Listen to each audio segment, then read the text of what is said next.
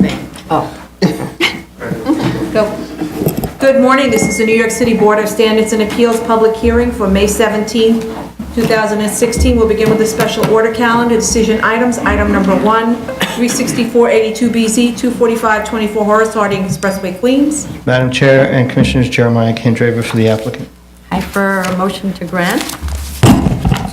Chair Perlmutter? Aye.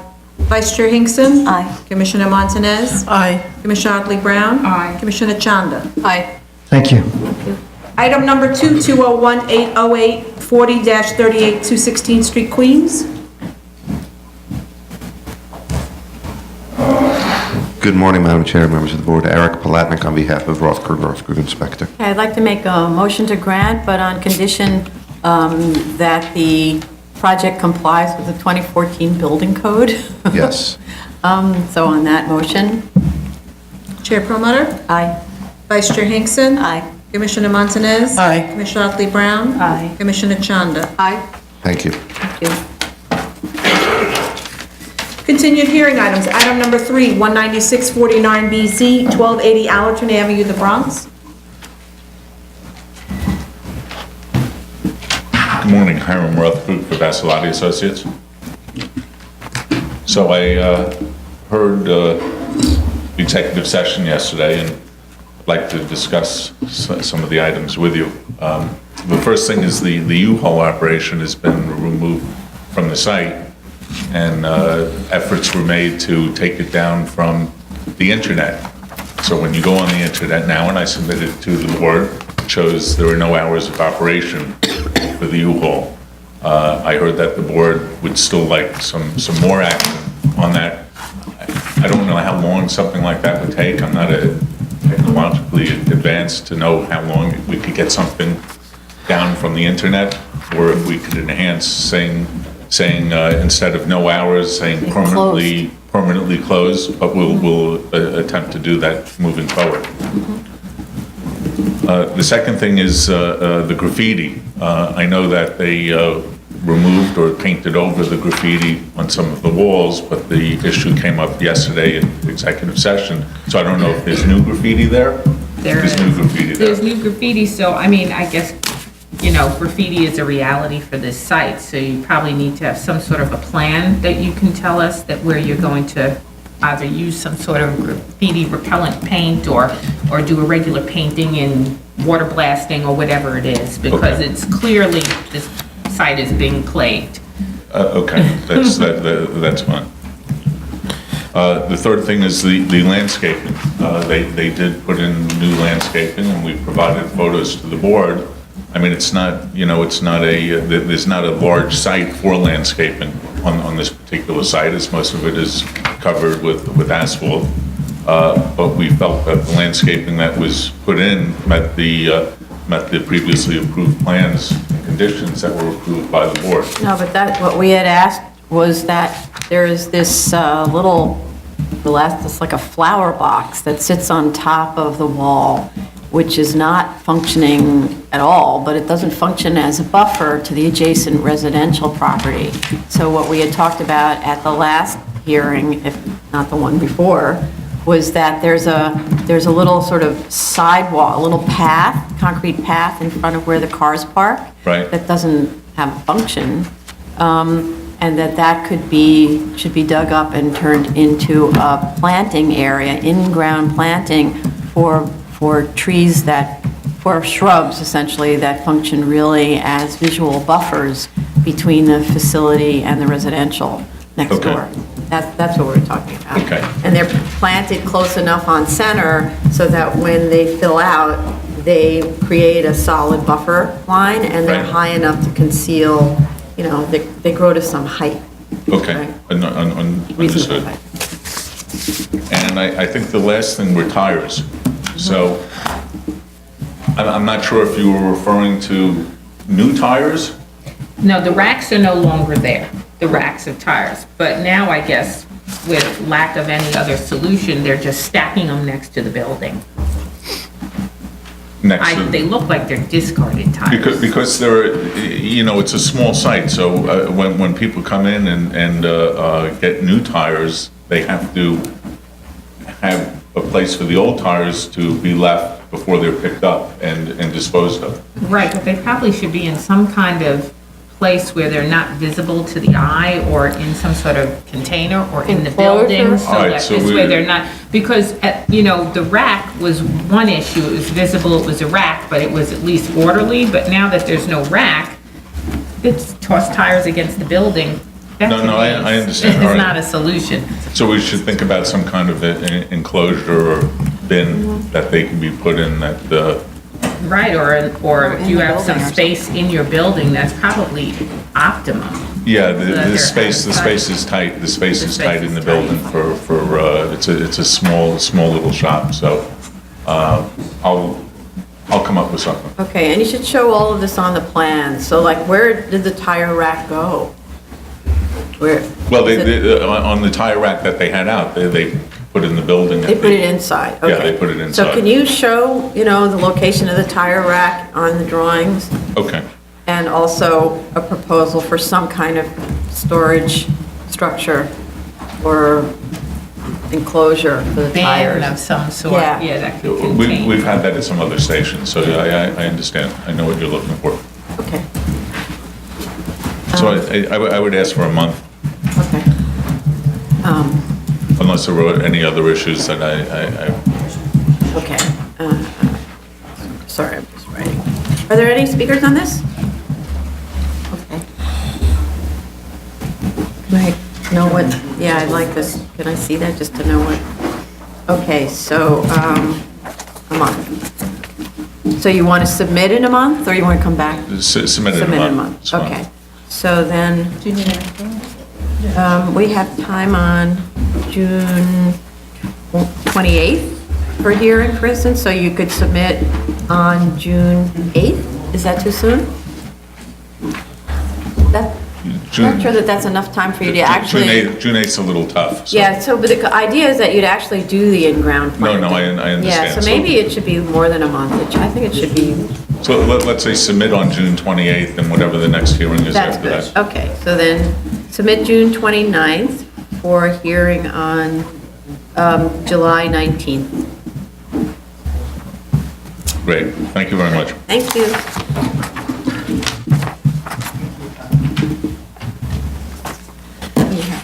So do I pull 4 and do a second poll, or what do I- or just pull 5? Yeah, you can do whatever you want. Okay. Item number 4, 16-12BZ, 184 Nostrand Avenue, Brooklyn. You want a second poll, right? Second poll? Oh, he's not here yet? Okay. Yeah, he's still not here, so a second Okay. poll, right? Item number 5, 20205BZ, 1111 131st Street, Queens.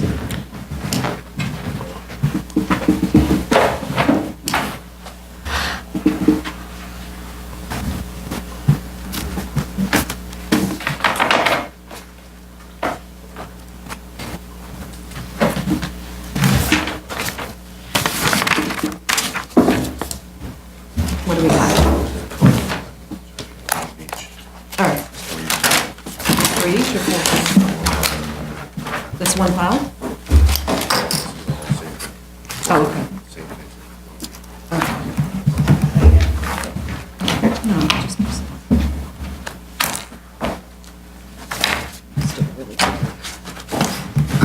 Hello. Oh, sorry about that. Didn't realize it was spring loaded. Eric Palatnik on behalf of Spa Castle. We attended your review session yesterday and endeavored during the evening, the overnight hours, to provide responses to all the questions that the board had raised yesterday. And Mr. Steve Chan, the proprietor of Spa Castle, is also here to answer any questions the board may have. I'll let the stuff pass up.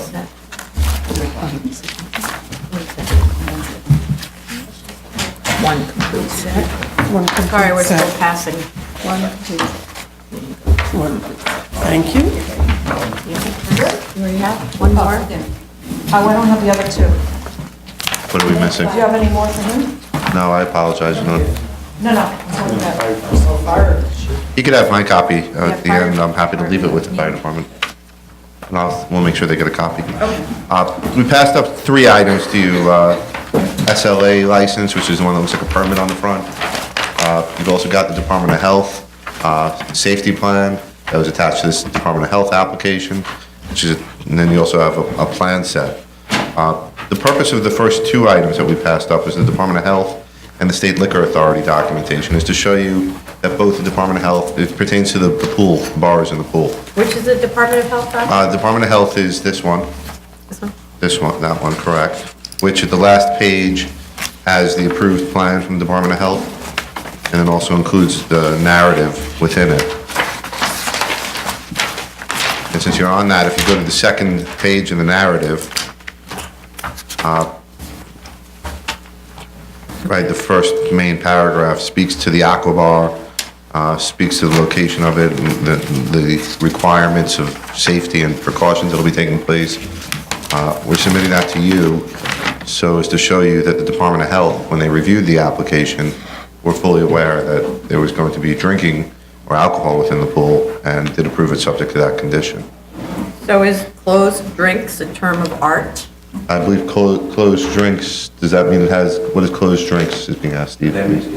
You have to come up, Mr. Chan, you have to If come you up. speak, It has you a have lid, to come. is that, it has a lid on it. That's Right, what that but means. closed, I want to know whether it's a term of art that doesn't mean alcohol. It could mean milk. No, closed drinks means closed with a lid on it. Closed alcoholic drinks with a lid How on do it. you know it's alcoholic drink? There's nothing. It's alcohol. Because it's, the rest of the language speaks very clearly to the legal age, also speaks to the methodology that's being done to ensure its intake, none of which would be done for any other item that would be consumed other than alcohol.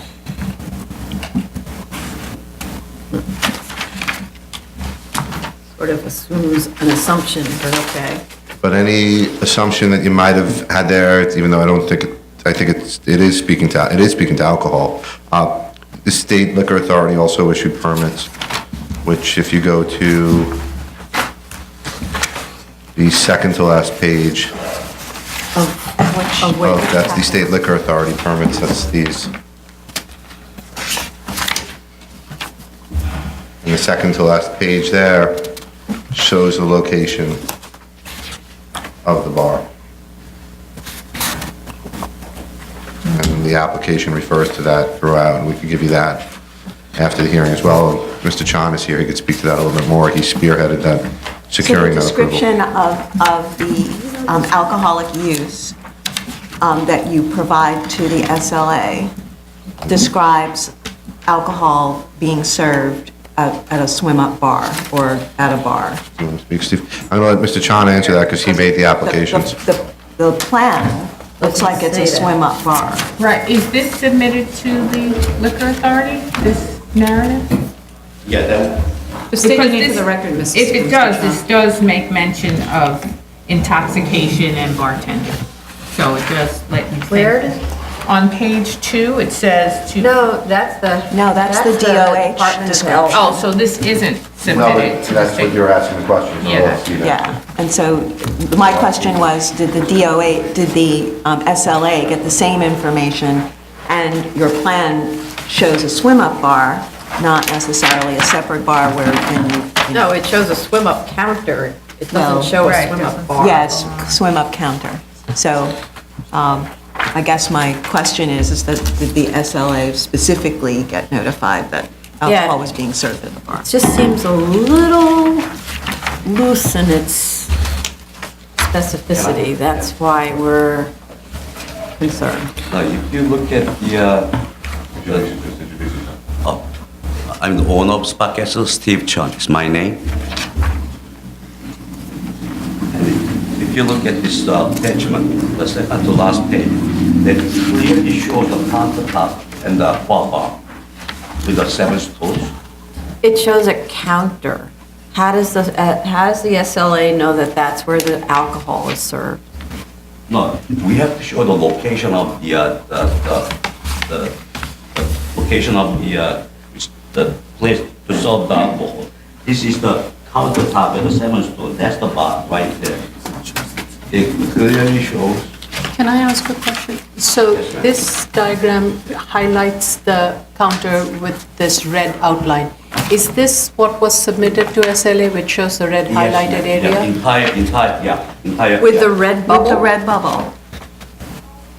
I mean, there's- I don't think so. That we just. I wouldn't show that. But- No, the reason that I'm asking is there are many other counters. There's like the one that says food and snacks. There's the other two counters that says drink, oh, actually, those other two counters at the back say drink service. But I can't tell whether those are in the water or on land. Those seem to be on land. It says, which counter are we talking about? That's on. The counters that are perpendicular, Right? they say counter, and then one, and right in front of it, hidden by, partly by the bubble, it says drink service. Yeah. So I'm not sure I, as an SLA reviewer, would know that there's drinks being served in the pool. Yes. However, I would probably assume that drinks are being served near the pool, which means drinks. Bartenders, okay, you see 3 countertops. So as you mentioned, this is perpendicular rectangular shape, there's 2 counters. And the another countertop facing the pool. So bartender will stay inside, so they could serve drink the people in the aqua bar and the outside as well. That's why we show the 3 countertops, so they could turn around and serve the drinks to other people and turn around and serve the drinks people in the suite, the aqua bar. Does the SLA application come with a narrative? Do you have to provide a narrative of how Frankly, I just, you're using yeah, we hire another person to do this for me, and I got these copies from them. So physically, I never filed this So application. you don't know if a narrative goes along with this to explain what the plan Narrative, actually is? I think the menu goes with it, and all this application, I didn't go through all this application. I didn't- Because there's nothing really in the application, at least what you've given us, that describes the alcohol use at all.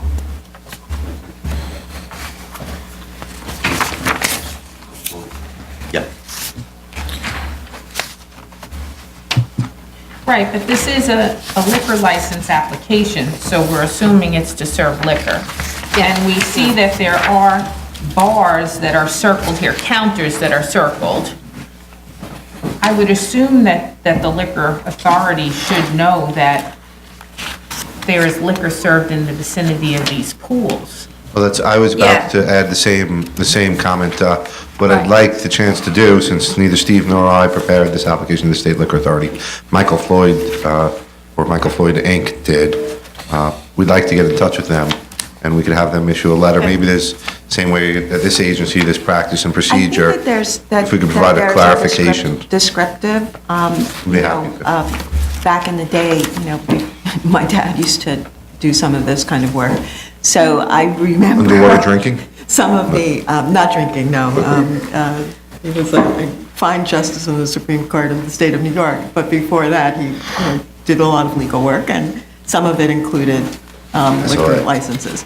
So I seem to have a vague memory of having to have some description. We will find out. And then on the first page of the application, it says, up near the bottom of the page, it said number of additional bars is 2, which would make me think there's 3 bars? Steve, do you want to clarify the movement of the bars? Well, maybe when you get the Oh, narrative. provided the narrative. Yes, it's Well, not 3 clear. bars are circled. But they told us before there were 2, I believe. Yeah, I think they only have 2 licenses. You would have to have a 3rd license for the 3rd location. And they didn't circle those Yeah. areas for the application. Yeah, there's 3 bars circled on this application. And Yes, the first page I says think I can there's 2 clarify that. additional But bars. they said that they Initially, didn't there were get 3, as you see in the application, there were 3 licenses issued for Spa Castle. Okay. There were 3. Well, yeah, one on second floor and 2 on third floor. Third floor, if you look at the diagram sketch on third floor, it shows the restaurant for one, another one for the bar. It says, you know, left-hand side, you show the bar countertop. Okay, this is gone, this is removed. Okay, 2013 or 2015, I don't know the exact date, but we eliminate that thing and move, this was the main bar. The counter, Yeah. or the total bar? total bar. The total bar was the main bar? Yes, ma'am. And then this one says something about moving it to the second floor. Right, okay. So where did it go on the second floor? When you have the multi-licenses in one facility, they have to designate one bar as your main bar. Okay, so this left-hand side, that was the main license. Right. Okay, that's what they call main license. Okay, they move this main license to the second floor, and physically this is gone. So the bar license on second floor became the main bar license. That's what it says on the letter. So you Okay, so the bar on the second floor is that central counter area? No, that's the back of the house service, those counters. Yeah, No, I'm talking about the second floor. Yeah, aqua bar. The aqua bar is now the main bar? That's the main bar and the restaurant. So we do have only 2 licenses. And it's just a sort of a technical approach that SLA uses. They have to call something the main bar. Right. So they call the remaining one downstairs the main bar. It doesn't mean it's the main bar, right? Right. So number of additional bars, if any, in the application, shouldn't that be changed to 1 then? If Right. there's only one additional No, but this is an bar? old application. Oh, right? Yeah, this is previous initial application, which was filed in 2007 or 5. Oh, okay. So we had, at that 2009. time, we had 3 licenses. Oh, so then okay. you must have an updated version Yeah, of this. don't you have to update it then? So Which would that go was with the the- first, that was the first, 2009. that was the letter. They so- saying that we are explaining the letter from Michael Freud. We are doing this and that, okay? We are eliminating one of these 3 bars. So we Yeah. only gonna have 2 licenses. Because these licenses are effective 2015, so I would think there's an update or something relating to these. So now you have 2 licenses. You used to have 3 bars, Right. but now you have 2. Okay. So I gave you 2 copies of license. Right. But I guess the update, That's same a question. letter. It Well, says no, we're getting rid of one It says bar. we're giving you enclosed 30-day advance notice dated 2015. So you've got an updated one of these guys. Yeah? Is that the result of the letter? This is the result of, yeah, Yeah. So Okay, these so- 2 are the result of the right. Okay. No, it doesn't give you the other information. Right. So 2 licenses updated as of 2016. Not 3. I mean, 10/21/15 is the date of the revised license, which is several months after the date of this letter. So they gave notice that they're eliminating a bar. Right. And relocating the main bar to the Licenses, second right. floor, which is now the aqua bar. Yeah. Right. Got it. Okay. So it looks like at least State Liquor Authority was aware of the pool. Relationship of a bar to a pool, even if it doesn't know exactly where the bar is. But the other question is about the health department, and whether the health department was really aware based on The narrative. the narrative, because I find it unclear. Closed drinks doesn't tell me that that's alcohol. Right, but on page 2. Yeah, but if you it keep does going, talk yeah. About intoxication. It says, "The bartenders reserve the right Right to refuse. to refuse That's- to serve, Sorry, I didn't see that. Where's that? Okay. unless you're lactose intolerant and they're serving milk."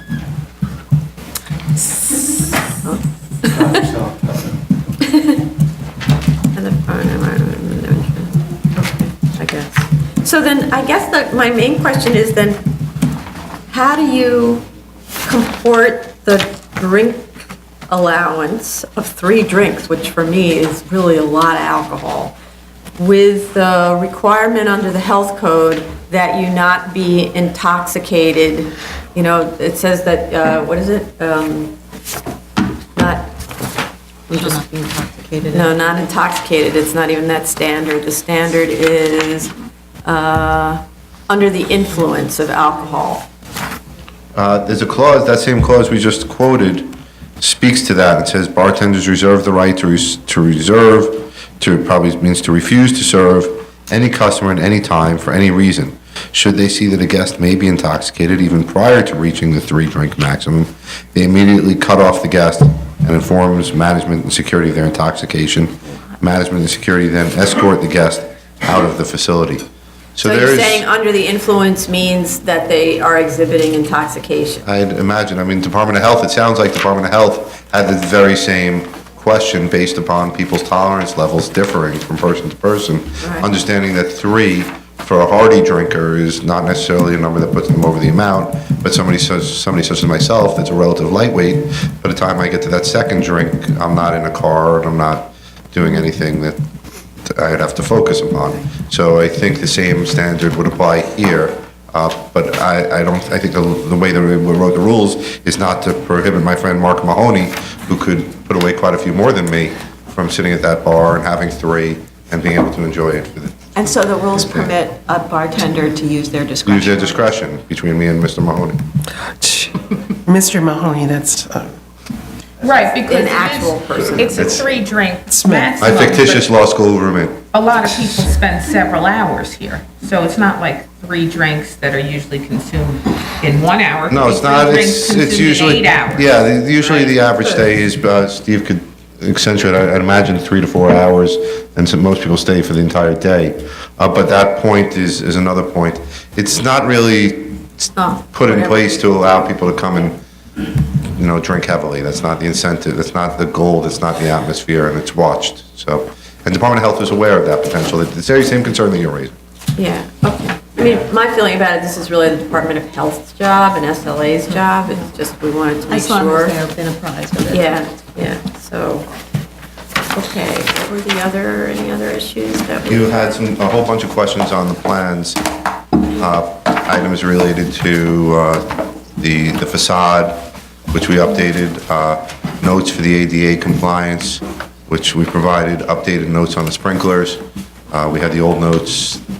You're saying you did that on this? We did that on all the plans that you have. So we just wanted to show you, we'll make a formal submission, but Mr. Chan is obviously anxious. We're racing a deadline on the back end of this to get a renewed CFO, so we're trying to show the board that we're Okay. trying to respond So quickly to everything. can you go through the ADA, what you showed us relative to ADA accessibility? I think you said it was fine. Yeah, we have a symbol for the, symbol for the handicap, we put the symbols on every doors, the entire plant. And we have a detail of a toilet, handicap toilet on, drawing number P12.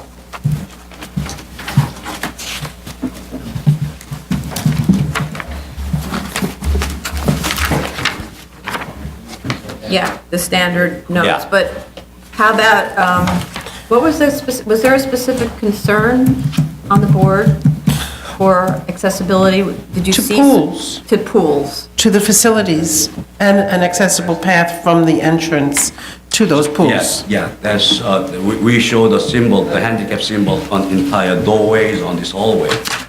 So, But the accessible path from the entrance or from parking, how does Right. that work? Maybe you could walk us through it? How does a person who's in a wheelchair, for example, come to the facility? okay,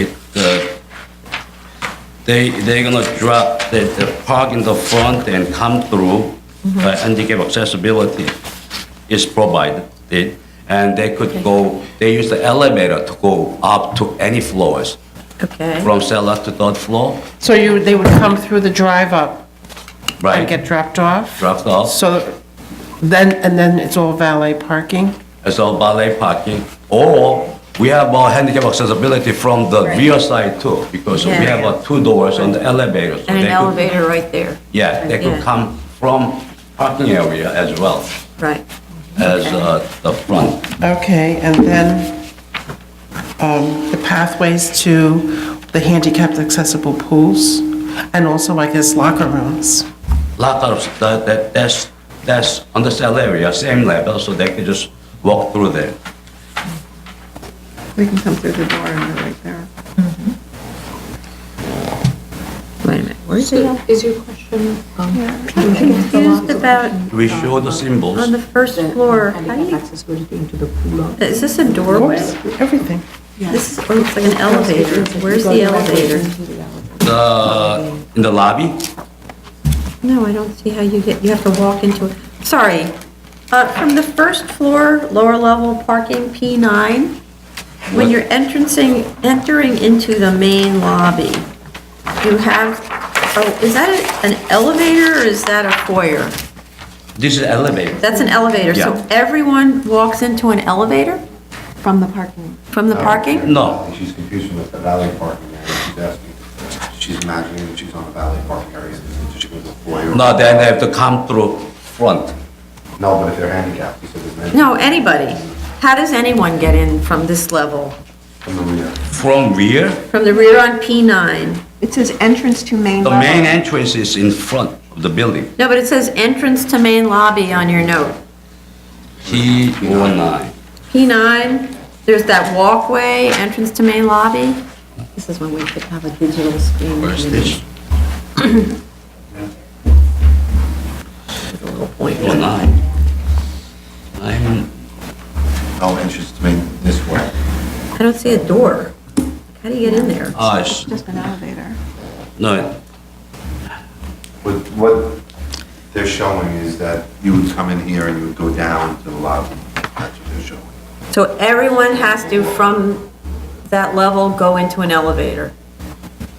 I understand the question. do you understand the I understand the question? question, yeah. Everybody, hi, Eric Palatnik.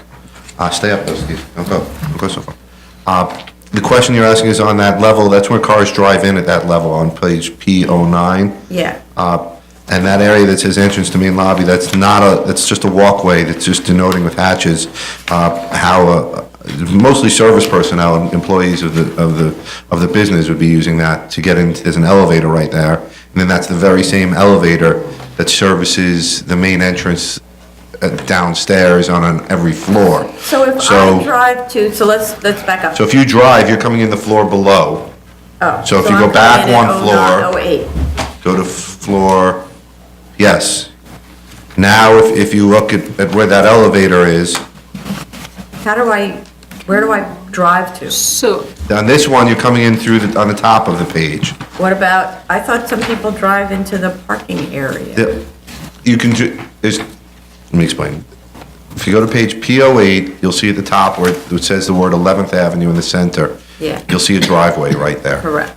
That's where most people enter, 99% of the people. So they'll will drive up enter. and then the They'll valet drive takes the there, car. that's a bit of a dip down, it goes to a basement level, so the car swoops down a little bit, there's a change in grade a little bit, it goes down about 3 feet, the car stops right in front of the double doors that are right there where it says the word exit in the middle, and patrons exit and enter their vehicles from that location.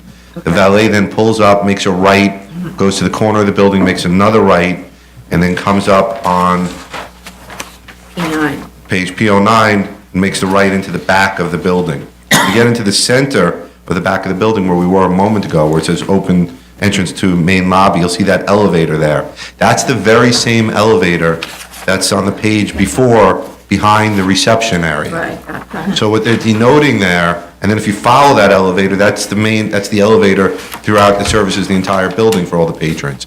So that elevator can go up to each of the floors or down, but they're denoting there, what would happen is if you had a handicapped patron, that if for some reason, well, maybe they needed more time to get out of a vehicle, or maybe they needed assistance to get out of the vehicle, and there were people in line and they didn't want to feel the pressure, they could pull that vehicle to the back where the valets typically go, and what we're trying to denote is that's where they can get in and out of a car, also there, not in the middle of tons of people around. So anybody who maybe doesn't want to deal with the traffic on 11th Avenue, let's just say, and they realize there's an opportunity to turn onto 132nd Street, they could still pull their car up. Not really. The idea is that the valets are taking it from the front, but the valets, if you were to make a mistake and pull in there, the valet would most likely take the car and you'd go in. But You the just have idea to is go in with that that elevator. once a patron is familiar with the operation of the premises, they know to go to the front. Okay.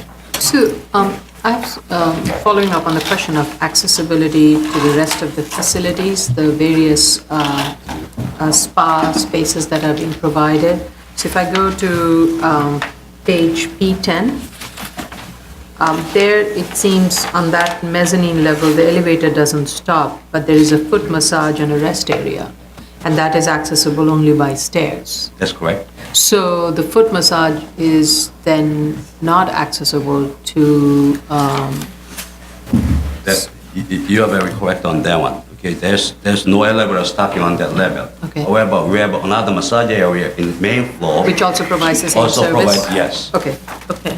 Now, on P9, there are the saunas 1 through 7. Is that entire area, I know sauna 1 is, but the rest of the saunas, 2, 3, 4, 5, 6, 7, are those also accessible, handicap accessible? Yes, ma'am. Because the doors are wide enough? No, there's. Well, there are stairs, the There's sauna steps, 7, right. 8, one has to navigate through a set of stairs to get up to that level, and Right. so the But question So is, the question, though, is I don't know what the ADA requirements are for equivalent opportunities, right?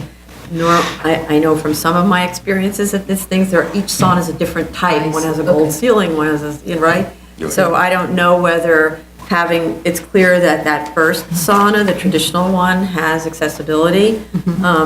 Whether ADA would consider that to be an equivalent service, I just don't know the answer, right? And what about the pools? Which ones are accessible? Okay, this is what happened. We have a portable lift, okay, set aside. You have One sorry, location. a what, a portable lift? Yeah, portable lift, okay, there's any handicap, the person require any access to the pool, we utilize that portable lift, Ah, which is approved by ADA. and the doors are wide enough to these saunas for Yes, the 3 feet chair? doors, yeah. Oh, okay. One thing I did note was that I don't think accessibility is mentioned at all in your safety plan, your operational plan. Pool, into the pool, It's not mentioned, I didn't see it. to get the lift you're talking about? Well, just, how the staff is to handle ADA patrons that require. As far as the pool safety plan is concerned, there's the standard template, okay? What we do is we just delete and add some languages. So we have to follow that protocol. That's a standard safety plan written by DOH. Table is there, we just follow that, the step-by-step, each language. So it's not used really as a manual for the employees? I don't think there is any statement referring to any ADA requirement as far as I'm concerned. Okay, I Well- read the entire, Question, is there something that refers to somebody who obviously needs assistance, whether they came in needing assistance or they're leaving needing, is there something in the safety manual that deals with a person who might need I don't recall help? that. I went through all these things, but I don't recall that. I didn't As said, recall seeing- This is designed and written by DOH, the template. They call it template, that I have to follow this.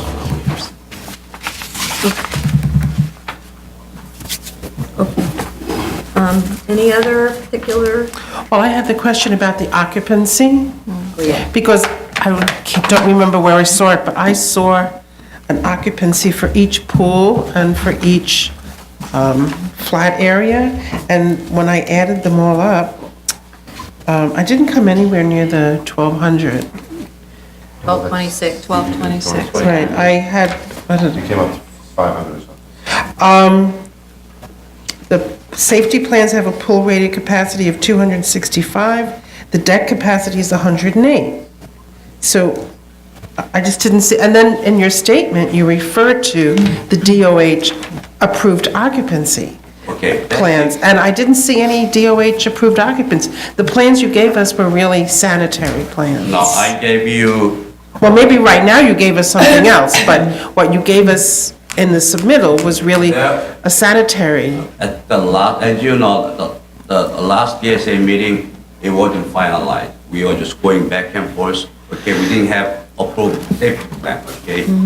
So, about a month ago, we were able to get a final approval. The safety plan, that is final safety plan, and also I attached what is that, the DOH thing? Yeah. The DOH approved plan showing that, yeah, this one? Oh, not this one, I'm sorry. This is the liquor thing.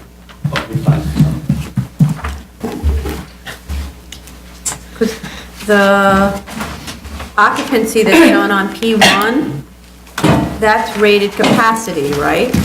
That's going for the pool and deck area. So we have to include the occupancy for rest of area, like the restaurant, main. If you look at this, oh, you didn't have that. Maybe I did. There's the DOH approved plan showing the H11.1. Oh, you don't have that. No, we have Also, pool 102.1. safety plan, we have a same table on pool safety plan. And that, we have to go by their, calculation formula. So we have to calculate, based on that, the formula, we have to calculate the number of people on the pool and on the deck. That was the change from the previous one to the current one. But, so if we look at the zoning calculation sheet P01, where you go through each floor and you assign the number of persons on each floor, is that, are those building code rated capacity, or is that DOH capacity? Like, how did you get 1226, where's the 1226 persons come from? Is that a building code rated capacity based on the area? Where do those numbers come from? You mean 1226? That's Yeah, for the, okay. the zoning yeah, calculation. that's for the DOB, building department. DOB. Yeah. So building it's department. rated capacity based on some number per square foot? Yeah, like the retail area, 25 square feet per person, things like, yeah. And we have to add the, like the pool DOH requirement, like the, the occupancy, number of occupants on the pool area. Has and the deck area. DOB reviewed, I guess I get the reason for the confusion is DOH has one set of criteria. Right. Which is not related at all to the buildings department criteria. Right. So DOB has to see your calculations for rated capacity, and either the capacity is less, because sometimes, for instance, you're not taking up 5 square feet per person, it's actually 15 square feet per person, so you make an argument with DOB that my rated capacity is actually lower than the standard. But to factor in more rated capacity, because you've got a DOH number, that's the part that I'm not understanding, because I don't know what DOB does with a DOH number. It's not in the building code. Yeah, that's what I have to do it for that. But DOH regulation does not have any formula for pool, swimming pool things. That's regulated by the DOH regulation. Okay, they go by the water surface area. It was changed since when I initially filed like 9 years ago. There was some different number, but now they have a new regulation. Okay, we're gonna provide more square feet, more area for batteries. Okay, so that was the change from previous one to this one. And as I said, DOB doesn't have any regulation, For the pool. for the pool area. So My really issue is, does DOB agree with the numbers that are on your capacity calculation for the zoning calcs? yes, ma'am, they approved the These are approved plans? approved plans. But do your calculations reflect the DOH restricted capacity of the pools and the deck? Yes. Yes.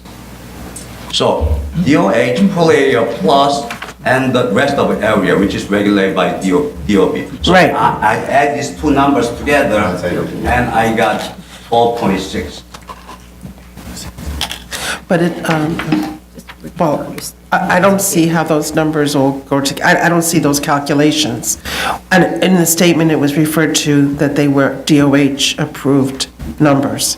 It's very difficult. So I just didn't see that on the DOH plans. The number, the DOH plan? Yeah, that's in the swimming pool, it's pool safety plan, same table, also the DOH approved plan as well. We show the number of occupants. You know what would help us a lot is if you gave us on one sheet of paper the calculations that you used for the 1226, like what was the rated capacity you used? How was it calculated in terms of the area? And normally you take the entire area of the space and you divide it by whatever the number is, and that's your rated capacity. If that's what you did and you got 1226 from that, then it's simple enough. If you excluded the pools in the calculation, in the area calculation, then, right? No, we just call, And the decks, I think the DOH also requires a certain amount of deck Because space. I can't tell whether 1226 is the maximum, or it's just one of the numbers, and then you add to that the pool. We don't know how it was actually calculated. Right. Yeah. But the 1226 came from the 1 per 25. and plus, Okay, we can give you the calculation to show you that it was 1 per 25 square feet was a calculation he used, excluding the pools, and then there's a pool Excluding the But then there's a separate pool calculation that's not based on 1 per 25 square feet. I don't know what that calculation is, but those Wait, two wait, wait. numbers When you add up say- to the 1226. So this is- All right, so then, please, because Yeah, maybe I'll the, chart it. like on this, let's just say on the second floor where you have all these pools, it says 294 persons. So that should accommodate people standing in the aqua pool, people standing on land. Yes. And people standing, I think. That's what there's that a number terrace represents, there. the pool, it represents everybody on that floor. But it's a different It's a different different criteria calculation. or calculation Okay. for the pool versus Okay, the so land it or would be dry great area. if we could see those calculations to draw in the DOH information and the rated occupancy information from the building code, and to see the number 294 there for the second floor. So just as one Yeah, column needs to you be can added, do it that. says DOH capacity. Yeah, exactly. Right, because in your safety plan, you have the DOH capacity for each pool. And if you look at all the pools in the entire facility, the maximum number of bathers at any one time is 265. Okay, but then you have the rated capacity for the for standing on floor tile. Right. Right. But I think it has to be beyond the deck. There's a beyond, maximum number of bathers on the deck at any one time. Now, I don't know what DOH considers the deck, that's, but that's 77, well, there's a certain number for that. the deck area is like the perimeter of the swimming pool. What's the width of that perimeter? 5 feet. 5 feet, okay. So the maximum number of people in the perimeter at any one time is 108 for the entire facility, Right. No, that's just the deck. for the deck. For the deck. For the deck. deck. So that should be excluded from the space that's calculated according to DOB occupancy. That was done like 9 years ago. Okay, that's why I have a top 26 DOB wouldn't do people. that. total. They would calculate it based on the square footage either up to a pool or including the pool. Because they don't have Pool they don't rated have pool occupancy. rated occupancy, right? So, I understand, so if you could just clarify this for us with a chart and maybe even a diagram to show an example, you don't have to do it on all of them, an example of what's the pool area that's included in the calculation for DOH, just use one. But, yes, madam, I want to add one thing though, okay? 9 years ago, I have a total 26, total number. But DOH, as I said before, DOH rule changed. So number of people for deck area and swimming pool area changed from one number to the other.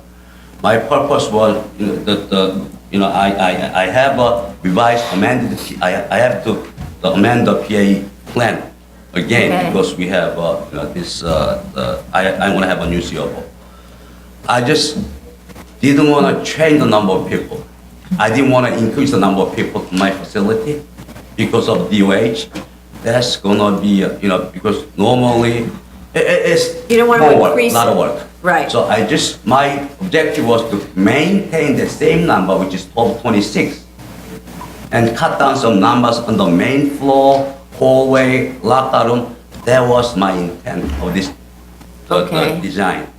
Okay. But the original grant that we gave you was not for 1226. 712. It was for 712 people.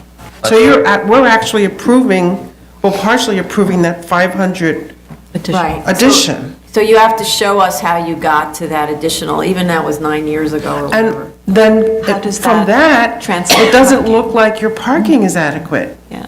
No, parking is based on It's square on footage. space. No, it's on the number of occupants. No, it's based on. No, I think we looked at, we have to look at the resolution, but I think we looked It's at. 30,000 I thought it was square one feet divided by space. 300. One space per 8 persons rated capacity? Yeah, and it A actually. lot went on More. between, after the BSA approval in 2006 and the DOB approval. So when I sat down with the examiners, so, they raised this issue, that issue, it all came up at that time. But if you look at the BSA resolution, it says, as far as number of persons that are concerned, that's only up to the DOB. That's what it says on the BSA resolution. So I thought there was. No, but the point is that when you were here the last time, Yeah. the BSA approves a certain number of people, right? And so now it's almost doubled, right? So in order for us to approve your proposed number of people, we need to understand how you got there, and it has to be done in a way that's approved by DOB, right? And then ditto for the parking, but I'm seeing the parking calculation here, it's based on square footage. How did it, and before it was based on rated Well, I capacity? looked at the prior variances and I thought that that's how we did it, Oh, based on rated capacity. We'll take a look at that. The Department of Buildings, what Steve was just trying to communicate was he went back, he's been at Department of Buildings obviously through the years on this. They didn't approve of the way that the occupancy was being calculated in the original instance, I think, when it went through the board originally. And because they were of the opinion that there was movable furniture and the occupancy count didn't incorporate for the movable furniture. So they applied the standard, I think it was of 1 per 25 square feet for the occupancy count. And doing that, they then applied a parking calculation based upon 1 per 300 square feet of floor area, as you're seeing there. And that's what the calculations you have there is what Department of Buildings approved. So that the number of occupants and the parking was all approved by Department of Buildings after the board approval. So they After the changed. 2000, after our After the two- amendment for After the your rooftop. original, correct, no, before that even. When was that approval, when was the approval done? I don't think that was not part of our The amendment. approval come, the change by Department of Buildings for the increase in occupancy, when did that occur? 2008, 2009, or recently? Before 2007. So that, 2007, so that was after the original approval is when he went back. I think what we could do to quell the concerns is prepare the Department of Buildings filing, get that to you, the approval, so that you can see how they did it, and then to give you prepare the analysis the way that the chair just asked, to show you the way the calculations were derived, and to give you the Department of Buildings approval with the calculations. so you said you have approval from DOB on this? Those plans mimic the Department of Buildings approved plans, Okay, yes. could we get a copy of the approved Yes, plans? That would yes. make things a lot easier. Okay, all right. And then I guess you revised the sprinkler note already. Yes, we revised the sprinkler note.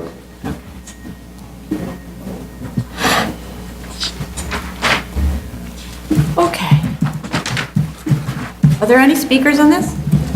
All right, so I think does that address everybody's issues? So you're going to give us calculations on how you arrive at the 1226, integrating the DOH, and whatever adjustments you're making for rated capacity, you can go down on the required rated capacity if DOB agrees with you to go down. That's permitted, but they have to agree, right? Right, and we have the DOB approved plans that'll show you that. Yeah, and then we need the approved plans.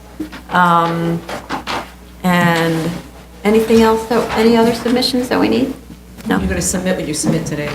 We're going to submit today the revised plans and the DOH. So we can close this, I think. We just need to see that submission and Thank we you. can come to it. Do you have something you wanted to add? Okay, so for a motion to close? Chair Perlmutter? Aye. Vice Chair Hinkson. Aye. Commissioner Montanez. Aye. Commissioner Otley Brown. Aye. Commissioner Chanda. Aye. And so if you could get that to us quickly, we could. Yeah, we can get that to you within a week.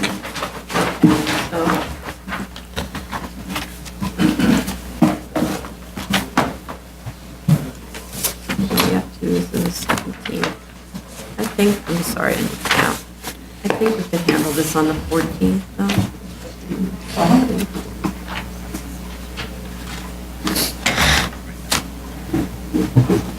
Yeah.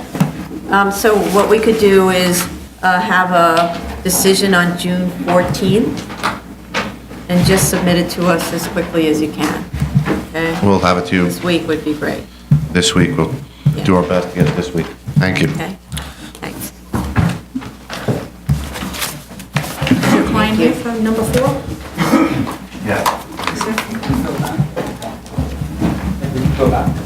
Yeah, let's go back to 4.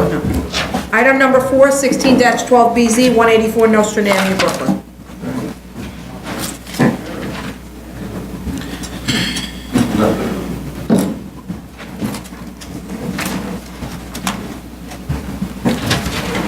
Hi, Eric Palatnik. We attended your review session yesterday, and we heard the board's discussion points, and the architect is here, Felix Tambasco, and he'd be happy to speak to the board and to address any concerns the board may have with respect to the elevator. I'm sure you've seen that, you're aware that we've been requested now to remove the rooftop play area from the proposal, so that's been done. And we're hoping that we've satisfied the rest of the board's concerns. I heard a lot of discussion yesterday at the review session. I didn't necessarily agree with a lot of the discussion, but I'm not really quite understanding of what the board is not pleased with. Just to preface, we've been here for a year. This is our 4th hearing on the matter. We started off with a preliminary meeting with the board before we came asking for an amendment by letter. I think it was just an 8-foot increase in height, done to save $2.5 million for an altruistic school. School that's been granted an approval once by the board already, thoroughly vetted by every single agency that's responsible for it. That approval was put in place. We're coming back now and we're hearing a lot of talk about the cafeteria and the auditorium, which has actually been made smaller in total square footage since the last time, and now actually has a build-out plan in it that didn't have the last time. Has a what? A build-out plan. We're showing partitions. Last time we didn't show any partitions, so we're now actually showing the uses that are going on. But we've been here for a while, and we're all on this side of the fence a little confused how an application that was approved at the program that's proposed, and we're providing space that's analogous to the same program that was already approved, getting a lot of feedback. Yeah. We're all scratching our head trying to figure out how we're getting some feedback. You need Carla. Second. You need Mr. Costanzo, right? I think that probably in the recording, you're not heard because of the feedback, so just wait a second. I think I didn't get to the best part yet. I know.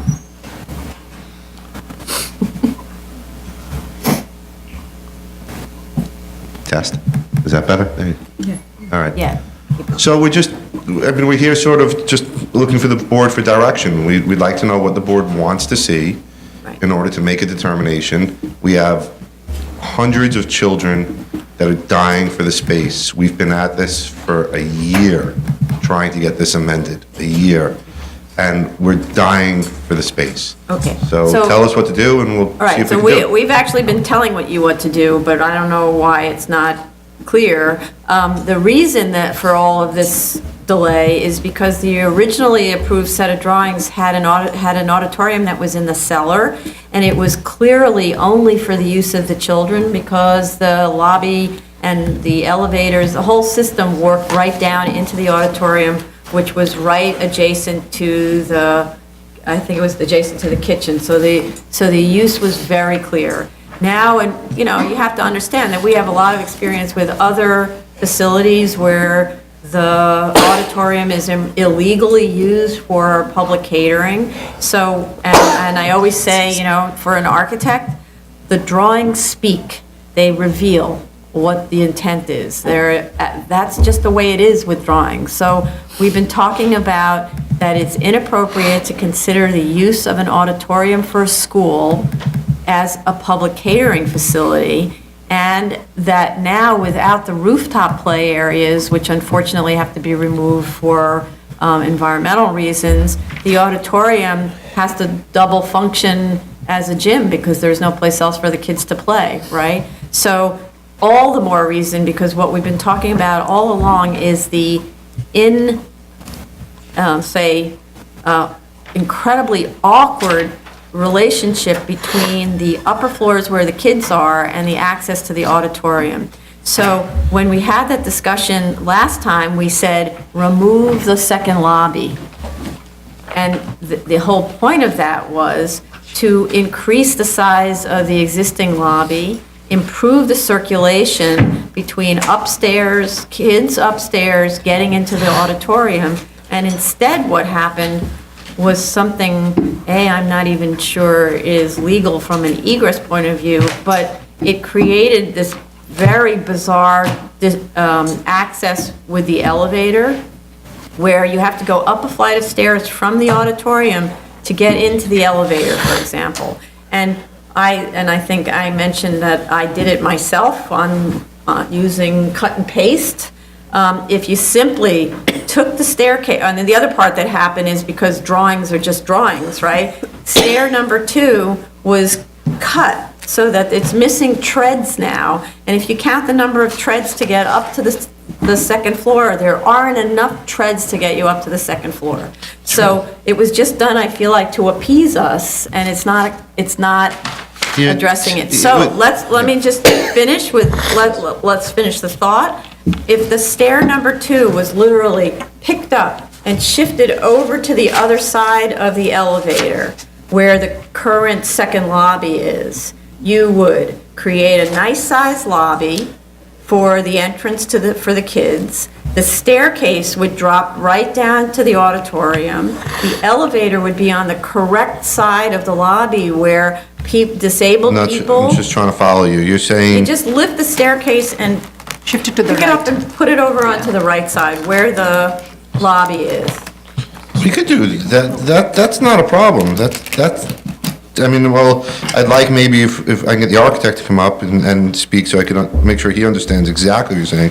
But from what I'm hearing from the Commissioner Champachanda as well as from the client, that Abe's whispering in my ear, just essentially switching that configuration Yeah, in that area over here. That's right. If that we could do, that's not the problem. But I sense from earlier comments that that's not the board's entire concern. I sense that if we change that won't satisfy the board. Well, then the other part, okay, so then the other thing that was raised as a part of this is we see that there's a kitchen that's associated with the auditorium that seems to be out of scale with the needs. Because when we get the classroom schedule, we see that, and I don't think it's correct anymore, by the way, the classroom schedule, but No, we're we see updating we see it only being used occasionally, so then the It is size only of the used occasionally. kitchen is really out of line with the amount of use. You would think the kitchen on the second floor would be more that scale. Well, it's, And then the other part of it is, I think your classroom schedule is now incorrect because the auditorium is going to need to be used as a playground. So, but that's not where you need to eat. I just wanted to add to your point, another major change between the originally BSA-approved plans and now is that originally you had a traditional lunchroom kitchen setup. You had a lunchroom, you had a kitchen that led to the lunchroom. Now you have a lunchroom, a kitchen, and an auditorium, and a kitchen that leads directly into the auditorium. So it's a change, and then you have an auditorium that provides direct access to the outside. Well, that- It really has more of a facilitated access of outsiders than students. And so it's the combination of the changes that we see on the plan since the previously approved plans that are making us ask all of these questions. well, a lot of the language that's being used during our hearings are things that it's to make it feel as if you're of the belief we're going to be doing something illegally and improper. And it's well settled in the rules. They're not here to build a school, yeshiva, as a catering hall. We said this before. But it's well settled within legal principles that you're doing your job, and we appreciate it. But by the same token, you're imparting a level of intent, I even heard the word intent used today, that's not within the client that's here. Of course, the cafeteria is going to, auditorium's going to open up on the street, because there's no cellar anymore. So that comes part and parcel with what we're doing, we're lifting. So now it's coming up, so of course we're not actually going to be on the street. But more importantly, before, as I mentioned, the previously approved plan had a full auditorium of 12,000 square feet down at the cellar level. And that didn't have the build-out, it didn't have the meat kitchen wasn't even discussed at that point. It didn't even come up to play during the board's hearings. But that space was going to be developed just like we're proposing now at the cellar, the previously approved plan. There was going to be a meat kitchen right off of the auditorium. That hasn't changed. The religious programming. No, it has changed. Yeah, It's not it in the has. previously approved plans. In the cellar. No, it's not shown on the previous, true. I'll give you that it's not shown, it wasn't called out. What's that mean? And that was It's not probably a shown. mistake in identification at the time. But the program because it really wasn't an issue at the time, and I guess nobody showed it for whatever reason at the cellar level. But the yeshiva, the educational institution, always has a separate meat and dairy kitchen in all of their facilities. So yes, that's hasn't changed. You know, that's get that. fine.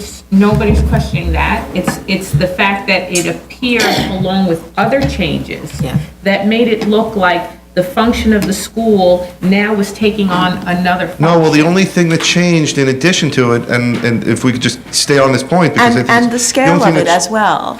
No, the scale of nothing changed. Of the meat. It wasn't kitchen as well. marked in the meat kitchen, the There was previously no approved meat plans kitchen. Right. wasn't There was marked no meat kitchen. in the It just simply the wasn't cellar there. level, it simply wasn't marked. Right. There was, the elevator was down there were stairs down there, there's a service elevator. Right. So- There was so a now note that you've actually said included- kitchen You've exhaust. included another sort of program space, and without explanation of why, from the original.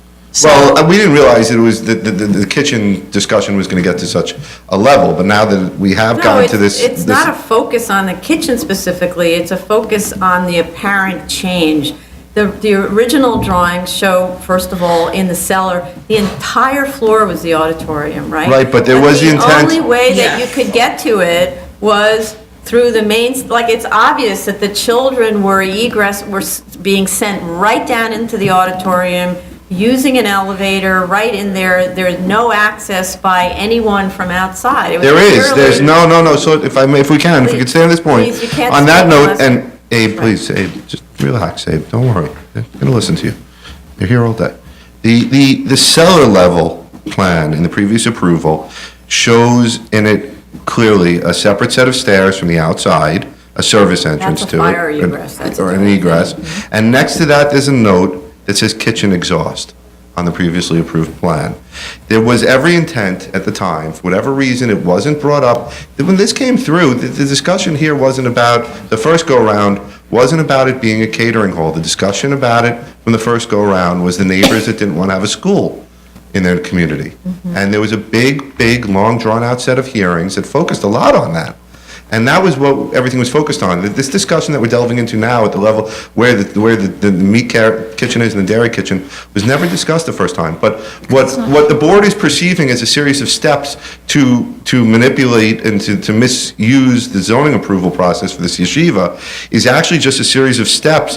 A mislabeling or no labeling of the plan at the cellar level years ago. And now, B, the need to save $2.5 million to lift up the building is causing Right. the facility to be located, the auditorium to be located on the first floor. Add to that, the perfect storm of that we're in here, is the fact that the doors to the street, which we said we would eliminate, Felix Tambasco is telling me that he can't eliminate them by code. So I have three conditions that are making you look at me and say, Palatnik's doing a catering hall here, and I'm telling you all three conditions are not adding up to that the way that you think they are, that we're being forced into those conditions. So I have a question, and that also ties to the questions that are being raised here. Now that we do not have a rooftop play area, where are the children going to go? In the auditorium. Okay, so for that, you need certain kinds of equipments, right? They're not just going to run around, there'll be a little bit of programming. There's gonna be And also like whatever chairs and things that are going to be, tables that are going to be used in the auditorium, where are those going to be stored?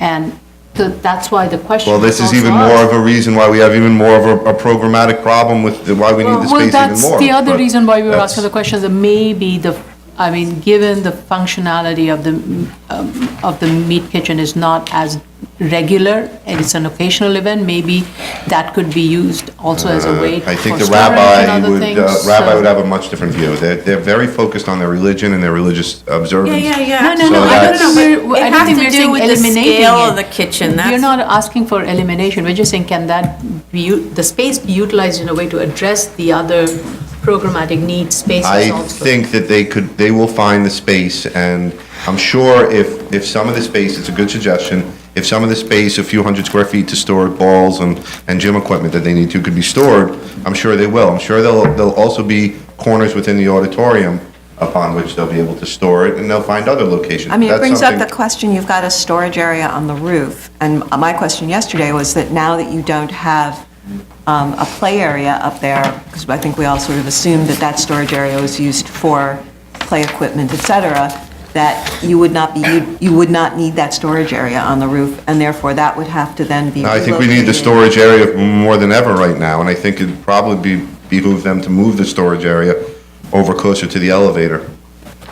But it is actually right next to an elevator, so I And you think don't. that they can have an you're- opening You're there. very generous still with sort of lobbyish areas On the off of the, off of the elevator and the stairs on the roof. So now that no one really will be up there, you have an opportunity to tighten those spaces up, I think, right? I'm sure we can, I'll talk to the architect. I mean, there would be tonight. no reason to have that No, sort of to have that space size of a- for yeah, no, so that's many not a people, problem. because you're not going to have anybody Yeah, up that's not a there. problem. I think that's just them being us being caught off guard by the decision that came to remove it, to remove the play area, so we haven't actually Right, tweaked the okay. plan to address that. We can do that, and we'd be happy to. The storage is a problem. I don't think it's been fully discussed on our side, but we have to find a spot to store stuff. But we've heard what the board said, and we'll be happy to redesign the entranceway at the front. We do have to get you an updated, we got the schedule yesterday, it came in half in Hebrew, so our Hebrew is not that good, so we have to update it. We asked them to help us translate it, the client. So the schedule being the classroom schedule that's much more specific, that the Yes. 11th, whatever it is, 8th grade, 11 PM to 12 PM in the whatever kind of a Whatever classroom room, it is, right? yeah. And some of these may be sort of homeroom classrooms where the kids are there all the time. We just don't know. But it should be broken down by grade specifically. And then, middle school goes to the auditorium or whatever, between the hours of this and this. And we still have a review of the bus parking and traffic, because that's really a big concern for us. And also this this designated off-site parking area at 491 Bedford. Well, if we could, let's take them one by one before we get to the busing area. I'm not quite sure what the concern is with the traffic and parking. We were concerned about the interference with the express bus lane and Home Depot, so we asked DOT to take a look at that DOT submission that you gave us. When did they settle? I'm refreshing my memory now. DOT signed off, and that I'm being told a few weeks ago that you should have the letter and I should have it in my files as well. They didn't know about the express bus lane, that wasn't. The express bus lane was well vetted. The first time it came through in the hearings, in the first instance, 6 years ago, was? the express bus lane was being proposed, and this That's was not- I did not incredibly know that. discussed. True. It was discussed at the hearings, I recall. It was a very It was big. not, it was, Say, yeah. when they planned for where the buses were going to pull over, it was It was in the shown that it planning was not going to stages. interfere with the express bus lane, And yes. why did we ask for And we're sort of confused. But now it's in It's- effect. yeah. So maybe it was just like Then going it was back just to a look at it. plan. It was just an idea, concept. And then subsequently, it's become Oh, reality. so that's, it's implemented now, the express Yes. bus? Okay, so, and that was several years ago. I think that's the reason that we sent it to DOT, because it was, the circumstances are now, the express bus lane is in place. There's a Home Depot in place, and whether the buses would pose an interference. It's like you're looking at changed circumstances, right? As opposed to planned circumstances. I'm looking at a yeshiva that's here to amend a simple amendment to the height, and we're going back for environmental review, we're going back for bus review, we're going through programmatic review, we're going through quite a bit of review for 7 feet on the top of the building, Well, 8 feet. plus floor area.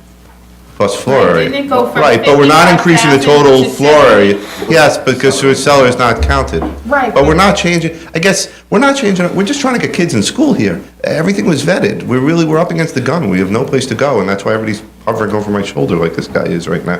Because they're under quite a bit of pressure to find somewhere to put students. So we'd like to give you whatever you want. And we have hired Hiram Rothkrug, a traffic consultant. He gave you the report. I think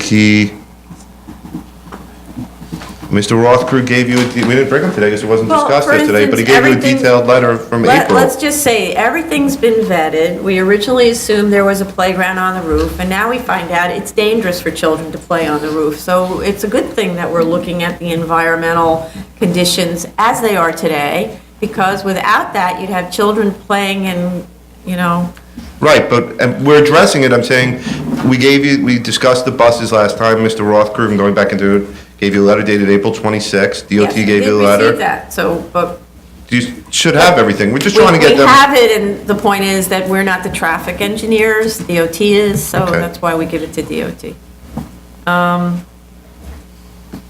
Okay. And then, okay, I'm gonna go to the bus parking subject. The bus parking, the issue with the bus parking, from what I understand, is that they are utilizing, or they've identified the site they're utilizing, which is subject to a previous board variance, but that doesn't give them the right for a yeshiva, but it doesn't give them the right to park buses there, and it's in a residential zoning district. They're gonna find a different location to park the buses. We'd ask the board to condition the approval upon that. Again, they're anxious to get in there. It's gonna be sometime before they're even ready to park a bus. So we respectfully request that that be included as a condition, and we'll, How do we enforce the condition? you enforce the condition. If I give you a lease today. You can't, if you wanna speak, you have to come Can't up speak, and hang on, let me speak. identify yourself. You could enforce, this is not the first instance of a situation where there's a requirement that buses or cars be parked or located in a certain location. You can enforce it through a condition on the approved plan. If you'd like, you could put a condition in the approval that we submit to you What about a upon restrictive completion. declaration against the property? Submit a restrictive declaration against the property, citing to a specific location. I think that's putting the property under quite a bit of burden. I don't know of any school in the state that has a restrictive declaration attached to it for where they park their buses. So- But I'm happy to appease the board and satisfy the board. I think that if we give you a location with a lease showing you where we're intending to put the buses, that definitely shows the good faith of this educational, religious, not-for-profit use. But if the We board... want to keep the buses from parking there in perpetuity, right? So there needs to be some kind Well, of permanent deal. to be honest, the correct enforcement mechanism, rather than putting the burden on them, is through an enforcement action at its current location to make sure that the Department of Buildings is alerted to the fact that there's illegal parking occurring there, and they could be violated at that DOT location. doesn't enforce parking. Of course, they enforce the zoning, they issue... We're talking about two different things. He's talking about the site where there's parking. No, I'm now. talking about a different thing. You're talking about no parking buses on the street? Yeah. Yeah. That's parking regulations by New York City Department of No, but Transportation what we're and trying to traffic. do is to not traffic. have so many, all of these buses. And we agree, we're Okay, not, so, but what, you agree, but so what I want to understand is, how about, once we grant approval and the school is built and all of that stuff, and all the buses end up parking in front of the building?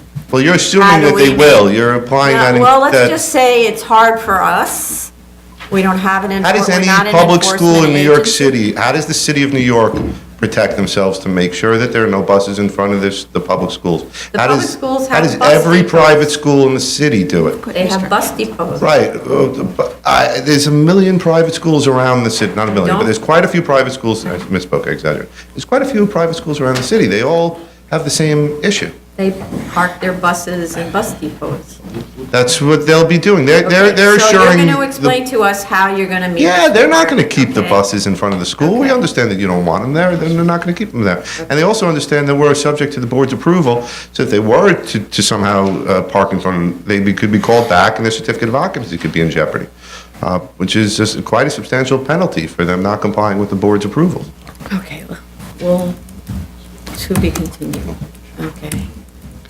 All right, so you still have some things to give us, so. I would like to, If we could just summarize before Abe speaks, because he's got quite a few things to list. You'd like us to give you back 3 items I have, the classrooms by grade, or more specific, 2 items actually, excuse me. More specific information about the schedule, including classrooms by grade, that's number 1. Grade and time of And use time. of each room. Okay. I'm sure you have that, because you would have to Yeah, have that we as do. how you operate the school, right? Switch the lobby area. Show you the storage. Am I correct? Are those the 3 items? Yeah, and then also the environmental memo has to remove the mention of the play area. Right. And revise your drawings for the roof, right? Right, reducing the lobbies. And then with respect to the bus parking, take off the reference to 491 Bedford.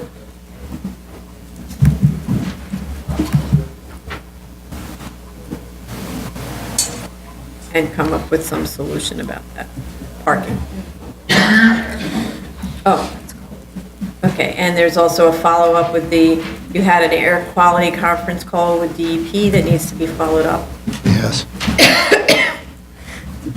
Okay, so I had those 7 things. Be more specific in the breakdown on the program.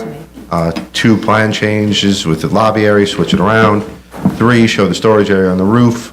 4, remove the play area from the environmental memo. The 5th item is reduce the lobbies on the roof. 6 is remove reference to the parking at 491 Bedford and provide a solution.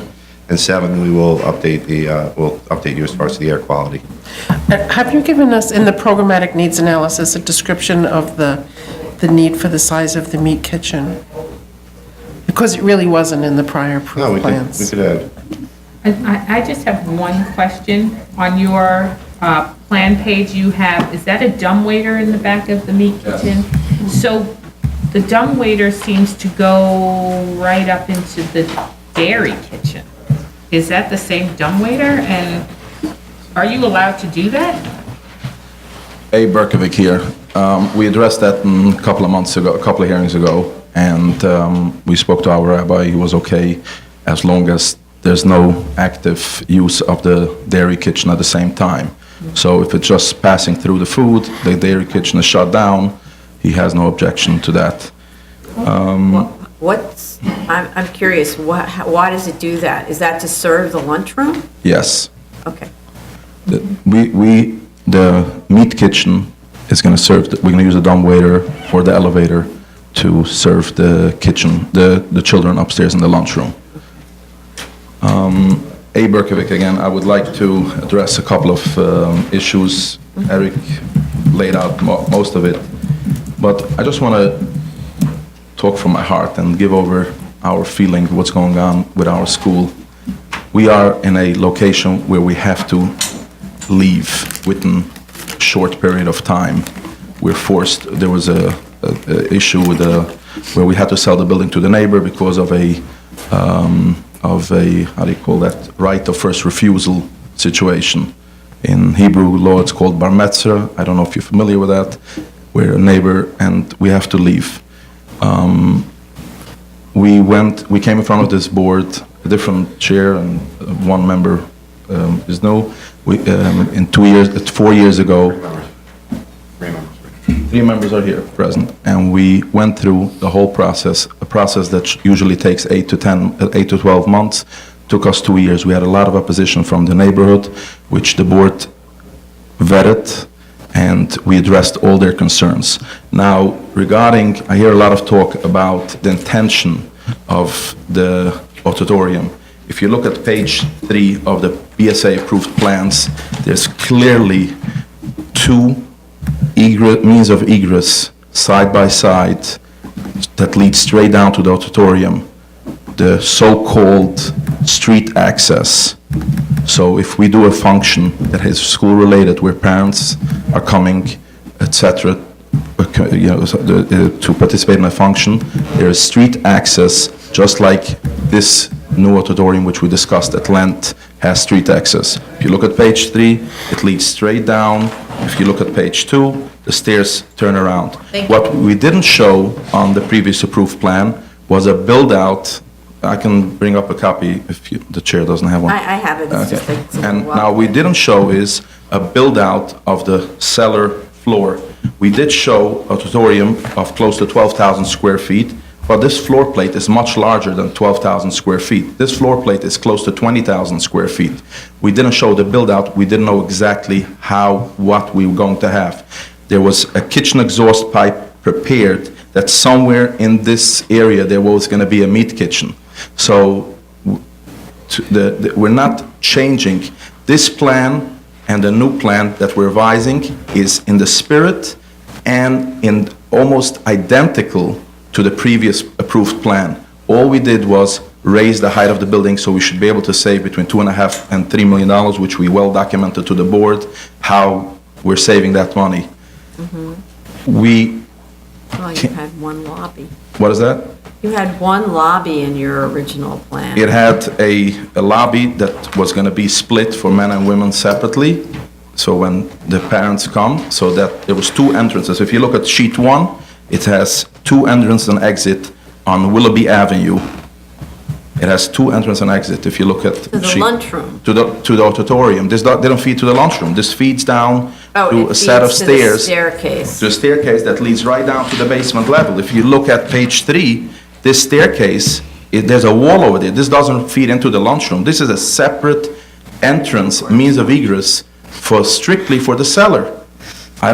Maybe the board overlooked this while we were having this discussion all these months, but this means of egress was leading straight down to the cellar, had no connection to the rest of the school. And this was clearly designed that when we have functions where the parents come, they shouldn't have to roam through the school, they should be able to go right into the auditorium. Regarding the stairs leading down right into the auditorium, the elevator, there was no build-out plan. The biggest proof there's no build-out plan, I have a kitchen exhaust that's in the basement. I have a auditorium that's 12,000 square feet and doesn't discuss anything about the remaining 8,000 square feet. You don't show, I don't show a wall, I don't show a door, I don't show a lobby partition, I don't show anything. But the egress was there, the design was there, the new plan has the same features. Now, the previous board, which 3 commissioners vetted it, are still here today. And all we're asking for is an amendment to a special use, not for a variance. The law is very clear. 7319 discusses the criteria. I'm not a lawyer, I'm not trying to pretend to be a lawyer, but a layman could look at the law and clearly states the 4 items that you have to address in order to get a special use permit. We're not even requesting a special use permit, we're asking for an amendment to a special use permit. Traffic, the DOT signed off on it. It's located within 400 feet of a residential area. Noise, the DEP signed off on the noise, and the environmental is just about being wrapped up. Adverse impact, it's well established that the adverse impact to the neighborhood is not going to be there. Regarding the buses, Madam Chair, if you want to put a restriction on the lot, go for it. But to keep on nitpicking and delaying this project because of room numbers and what these rooms are going to be used, this is not a variance. This is a special use permit. I can essentially build the same building for an office building or for a manufacturing facility, and I can even build it higher, and I can even maximize my FAR, and it'll have a greater impact. It's well established that it doesn't have an impact, and and if I want to do something illegal, I can do it in that use as well, if I want to do something illegal. We're really concerned. We have 650 kids that are about to be on the street. We cannot continue these meetings. We feel that we're in quicksand and we're not getting out of it. I'm sorry that I feel this way. I don't think this is the intent of the board that I should feel this way, but this is the feeling that we're getting. I want to bring out one more point. Well, two more points. It's well established it's a case that's over 30 years old, Baskin versus the town of Ramapo ZBA. The ZBA is not allowed to assume that we're going to do something illegal. It's called anticipatory punishment. We are now suffering anticipatory punishment. Every month that this is being delayed, our kids are being punished. If the board is so concerned about everything that happens to the neighborhood, why doesn't the board reach out to the Board of Ed and ask, what happens if 650 kids roll into the public schools? Do you have facilities for them? You're concerned about the traffic. What about the impact on the neighborhood, about the local public school system? If 650 kids have to go to the public school, we don't have a roof within the next couple of months. We have to be out of our current building. We gave everything that the board requested, study after study after study, even if I don't believe it's in the scope of 7319. I'm here to ask one thing from the board. Give us A, B, and C. We'll address A, B, and C. Flip the stair and the elevator, we'll give that. We should move, but when we deliver A, B, and C, we get D, and it's done. We cannot continue. I want to reiterate again. We feel we're in quicksand. We're threading and threading and threading with questions about the meat kitchen, about this kitchen. I don't think that a special use permit on an as-of-right building, respectfully, that the board is entitled to ask these questions. On a variance, absolutely. Maybe I'm wrong, maybe I'm not seeing something. Even the broad statement, the bottom of 7319, it asks adverse effects on the character of the surrounding area. It doesn't talk about the adverse effect for the children. If the children, we want to practice and educate the children how we feel. Our school is a board of regent, the kids take the regents. We give a good education for our schools. We have a great graduation rate. Yes, it's a religious school. This is the great country of America where we can practice religion, but we comply with all the Board of Education requirements. We feel that we can educate in this layout the best to our ability, and I would hope that the board would respect that. Thank you. So just one note, the special permit does require us to protect the children. That's one reason locating a school in a manufacturing district is a potential risk to children. Correct. That's one reason why we look at so many issues. And I didn't dispute that. And then in terms of, in terms of 1, 2, 3, whatever, I think we've been trying to get that number 1 since the beginning. But what the adjustments to the drawings have been like little tiny moves of a door. If somebody had just responded to us directly, we would have been there already. That's why it's frustrating to us too, because we keep I guess you don't like to see my pretty face. It's been frustrating because we ask for the same change and we get little bits of kind of nonsense. I looked at the YouTube clip yesterday from the last meeting. Mm-hmm. We believe, maybe we did a mistake, we believe that we addressed the way the board, I even mentioned about closing the door off completely, and the board said it's not about closing the door, that so-called lobby entrance, and we said we'll do emergency exits, and the board said it's about the flow of the children into the auditorium. The original plan had like 1 or 2 doors, we widened it out. We took out that coat room, we made the whole room wider. We took out the door that separates the lobby from the auditorium. We made it one big auditorium, so when they open up those doors, they're right into the auditorium. We tried. This is what we believed. Now, if the board tells me, you're doing good, just flip the stairs and the elevator, we'll do that. No objection to it. We should reduce the size of the bulkhead, no objection to it. The storage, the school, we need extra chairs that we want to store. That's a school storage. It's not so much for equipment only, it's for books, extra, you have to keep financial records for several years. That's utilized storage space. It's out of the way, it doesn't bother anybody, so the elevator will be... You don't have a cellar to put it in, so yeah. Yeah, so the elevator was gonna bring it right up, but if we have to shorten it up, we'll do that. But I was hoping that this is the end of the discussion. we prepared a revised schedule of rooms Okay. because we want to be respectful, but this is not a variance, this is a special use permit.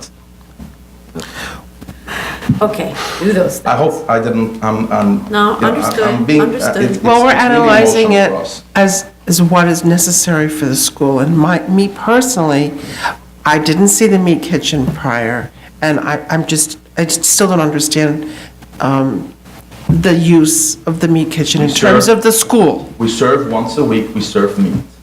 And we have school functions which we gave in, that we serve a dinner, for I'm instance, talking about- fundraising, different things. So we have, now you feel it's too big? The square footage devoted to that. We feel that it's the right size. Now, well, this comes out to a very, emotions, feelings. This is not, there's no weird. You know how we could you could write a little thing about how a kitchen is used, because I think that there's a difference in how you cook dairy from how you cook meat. There's Absolutely. a totally different kind of Absolutely. layout on counters and kinds of stoves you use and all that. Maybe just a short No problem. paragraph that you could give to Eric about the difference No in problem. And processing food. And it's not just, it's not just for the meat kitchen, also has an area where staff could, a locker room area, a little area it has, so, what is that? No, it has, which the same staff that works upstairs and downstairs. So again, I thank the board for reviewing the case, and I hope I didn't come through disrespectful. No, we But appreciate I'm really your emotional. concerns. I know you're nervous about We're your very nervous. We're almost on the street, and we want to get to an end over here. Okay, Thank you. thank you. Hi, Eric Palatnik. Just so perhaps we're on 100% the same page, because of the plan revisions, I don't want the board to be unhappy with what comes back at them. Felix Timbaska, the project architect, is here. He's been listening the whole time. Maybe we could just go through together. Good morning, my name is Felix Timbasco, and I'm here just to make sure I understand, so I can give back what you guys really want. So let me just make sure that, from what I've been hearing, we're gonna flip the elevator and the stair, and they're gonna be in that location. We're gonna make the storage rooms on the roof smaller, I believe. Yes. All right, we're gonna make the elevator, the bulkhead where, Just a bulkhead, you don't need the elevator up Right, there right, on that side, or the lobby area on right, that so that'll be side made up there. smaller also. Yeah, Am I missing anything between those three items? I think that was it, right? Highlights, yeah. I mean, obviously, when you split the stair, it's going to have an effect of upstairs course, too, so obviously, we want to yes. see the Yeah, of revisions course. to the drawings. Okay, Thank you. okay, thank you. Okay. How much time do you need, Felix? How much time do I need? How much time do I need? 2 weeks? Okay, All fine. right. Are there any speakers on this? Okay. Okay, so you know what, Mr. Palatnik? I think what would be helpful is perhaps before you submit, maybe give council a call, make sure you're understanding everything that needs to be submitted. And then if you could submit it really on time, that would give the project manager time to review it to make sure it's a complete submission. We'd be happy Okay? to. Okay. All right, so what does that mean? You want to submit We could submit in 3 weeks. 3 weeks?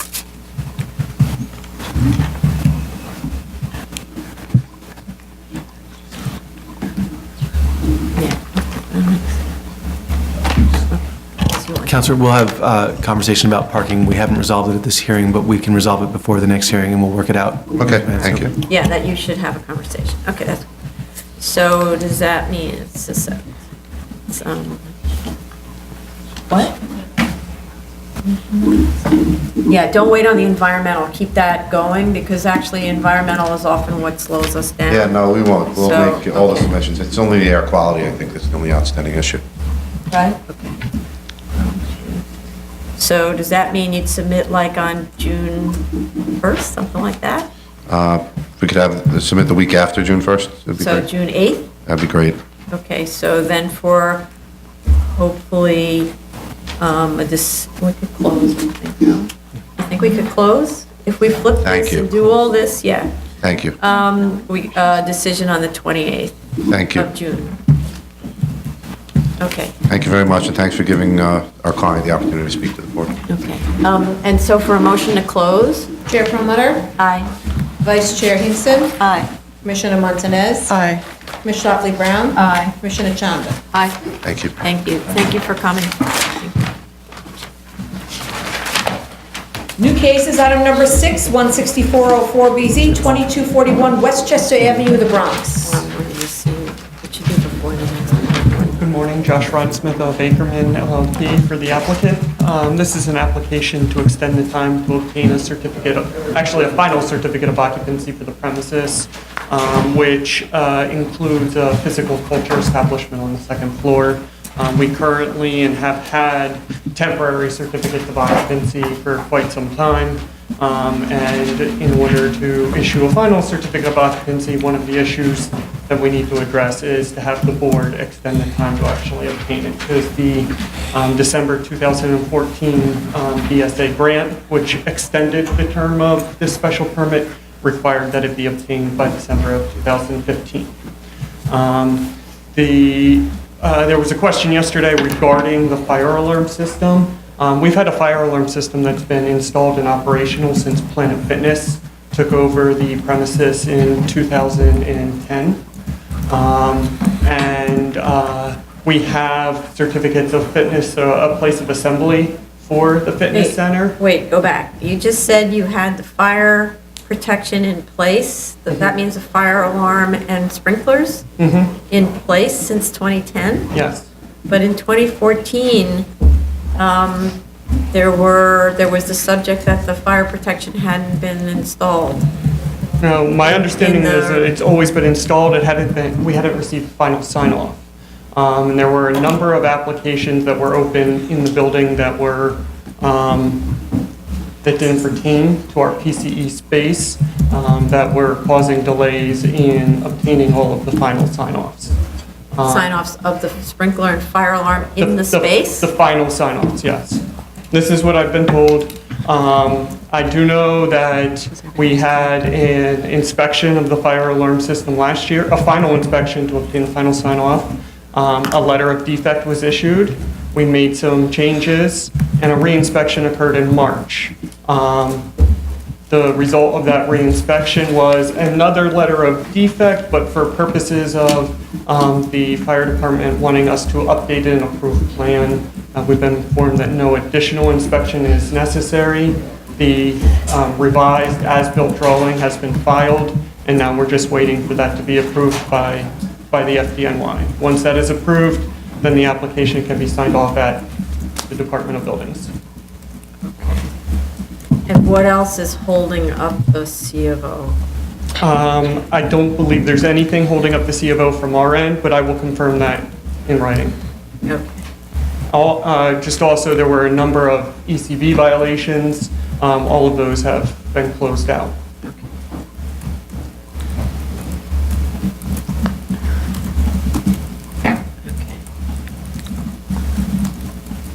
So we had a question about graffiti, because apparently you have a graffiti problem. Yes, we've had a graffiti problem at this location. I think throughout the years, we've already reached out to the landlord, who also, I believe a comment was made yesterday about maintenance of the parking lot. Under the terms of our lease, the landlord is responsible for maintaining the exterior of the building as well as the parking lot, but we've reached out to him to have those issues addressed. Okay, so then, and then also, can you just speak to the issue, so what happened to the community board? What did they have to say? Well, this is an extension of time application, which doesn't receive, isn't sent to the community board, but I would like to address it, because I know that was an issue of concern yesterday. In 2010, there were a number of issues that were mainly dealing with the use of the parking lot during 24-hour operation. Because Planet Fitness operates all of their locations on a 24-hour basis, except two. This one and another one in Bronx Community Board 10 have more limited hours of operation. And when we filed the application in 2014 to extend the term of the the special permit, the community board was pleased with everything that we had done to address their concerns from the 2010 application and issued a recommendation in support of extending the term. So we believe that our issues with the community have been addressed.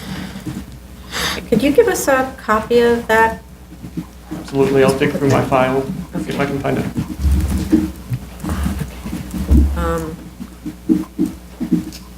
All right. And in terms of the loitering in the parking lot and so on, it's the landlord's. Yeah, I believe the parking lot is actually closed once the fitness center closes. Okay. All right, if the fire department could just speak to the current status, that would help.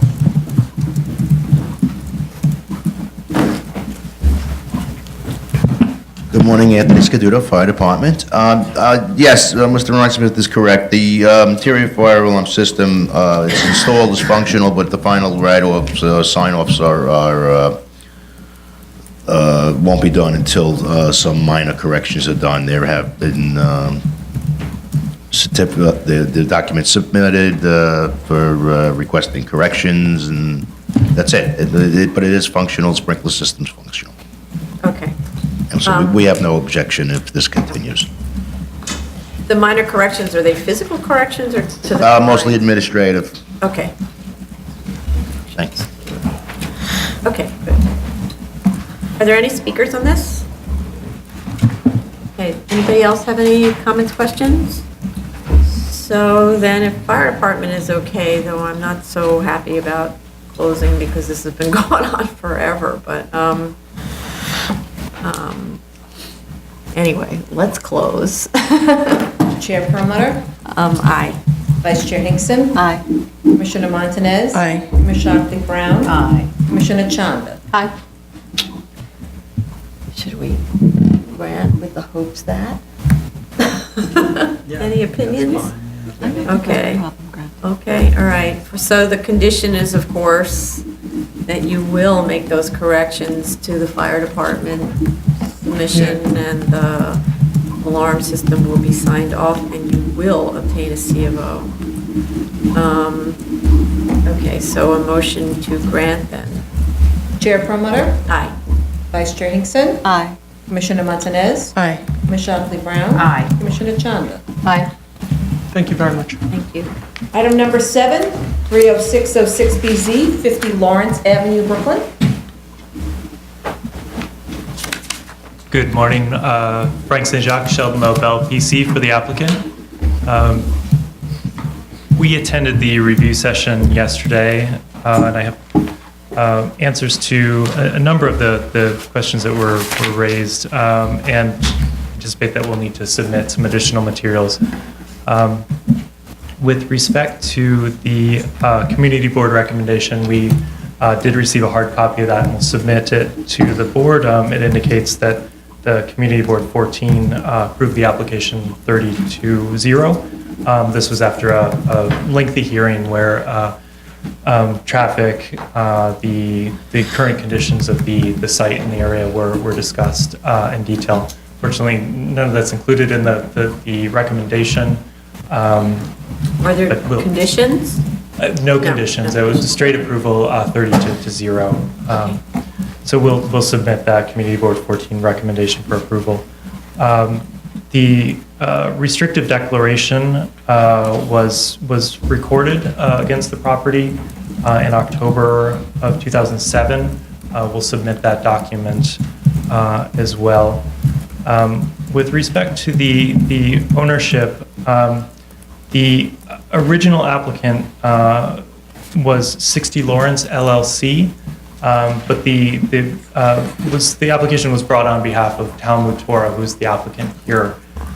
In December of 2008, 60 Lawrence LLC transferred the property to Talmud Torah, so we'll submit that deed with our next submission. So Talmud Torah is the applicant here and the current owner of the premises. So I believe those are the documents that we'll be submitting in our next submission. With respect to work on the site, both environmental and construction, no work has begun. So there's not been any construction work, nor has there been any environmental work on the site, other than the initial phase 1 and the recordation of the restrictive declaration, but no physical environmental work has been. With respect to a construction timeline, the applicant's estimate is about 18 months for plan examination and actual construction at the site. With respect to the land use and traffic changes, we believe that there has not been changes to the land use patterns or traffic. We defer some degree to the expertise of the local community board. I know that there is, again, discussion relating to traffic, but there doesn't appear to have been a lot of development in the area. Changes with respect to circulation or any new development that would have created new or different traffic at or surrounding the site. What are you basing that on?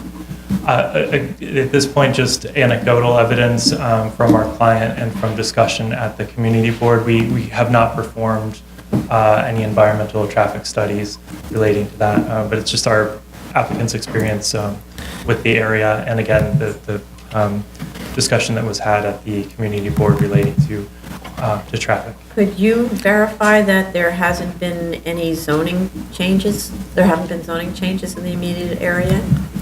I'll confirm that. Yeah, that's easy enough for you to. Absolutely. A cursory glance indicated that there was not. Now I'll definitely confirm that and discuss that in our next submission. Okay. And with respect to financing, there's a question with respect to whether or not financing would be in place to complete the project. Our client has an oral commitment from the bank, but this is contingent on receiving an approval of the requested extension of time to complete construction. But that would cover the entirety of the construction costs. Okay. I believe I'm happy to answer any questions if I've missed anything, and otherwise we can just submit a full discussion of all these Right. issues. Okay. Any other comments, questions? Are there any speakers on this? Okay. So I don't think anything is open. I'm sorry, just one question. It's regarding bus parking. I know, I don't know in the previous board what the school bus parking was for this site. In this case, will there be school buses and where will they be parked? Yeah, I think, because this is just an extension of time to complete, So which we is should different not- from the last Okay, we cannot- application, which was okay. an amendment, significant amendment Fine. to the project. So this is just, go forth and prosper kind of thing. Okay. Okay, so then for a motion to close? Chair Perlmutter? Aye. Vice Chair Hinkson? Aye. Commissioner Montanez? Aye. Commissioner Otley Brown? Aye. Commissioner Chanda? Aye. And then you'll need to submit those things before we can come to a decision. So how much time do you need? I think we would only need a few weeks, maybe 2 weeks if. Okay, 2 weeks. So do you want to maybe submit, let's see. Could you submit on June 1st? I think that would be fine. That's the We can- weekend, that's the day after the long weekend. Just saying. We'll manage. Okay. Thank you. So June 1st for a hearing, or decision on June 21. Thank you. Thank you. Appeals calendar, item number 8, 300-08A, 3935 27th Street, Queens. Hello, Ashley Hanlon for the applicant. Hi, so unfortunately, unless you have good news for us, in which case I'd have to open up the hearing, which we don't want to do, we're still waiting for the best squad sign off, unfortunately. So as soon as we have that, we will vote on it, but we have to keep deferring till we have that. Right? That's where we stand. So, All right, so I'm not, do you have any sense of when? Maybe we should give a call to Esquire. We might, I don't know if we'll have any impact, but we could give a call to DOB. to That would be find out. helpful because we've sent emails and phone calls and we're just waiting for them to Yeah. reschedule a date. Can you make a call, just a call that, with this one? Okay, we'll do that. So, we try this every month. We got a submission from the neighbor, begging us to decide on this because she's concerned actually about now she's concerned about the developer, but until best grants, we're sort of stuck.